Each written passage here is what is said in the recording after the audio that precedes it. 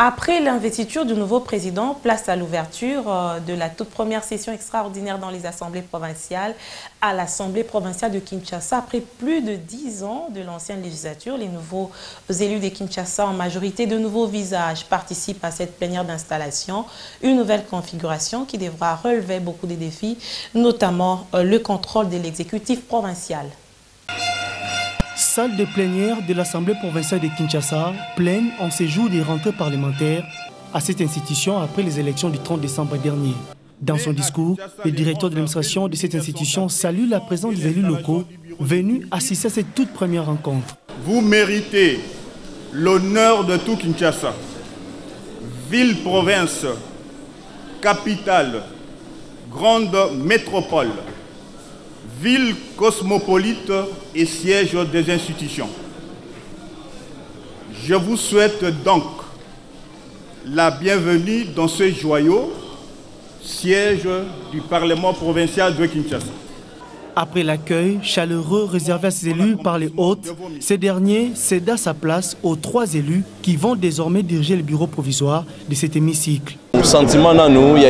Je suis heureux de faire partie du bureau provisoire de l'Assemblée provinciale de Kinshasa, car c'est un honneur pour les jeunes que je représente, mais aussi un défi énorme que je compte relever vu la responsabilité qui m'a été confiée. Ma présence ici va motiver tous les jeunes qui veulent embrasser la carrière politique comme moi.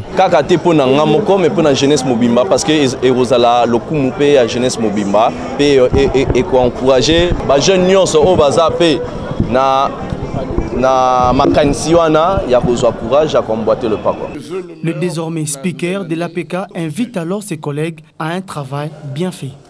La population quinoise attend de nous que nous puissions redorer l'image de notre institution et contribuer au rayonnement de notre ville capitale. Le résultat publié par la CENI pour ce qui est de l'élection de l'Assemblée provinciale est très éloquent et exprime réellement la volonté des Quinoises et Quinois. Cela n'appelle aucun commentaire de notre part, si ce n'est que nous responsabiliser pour le changement tant attendu par la population quinoise.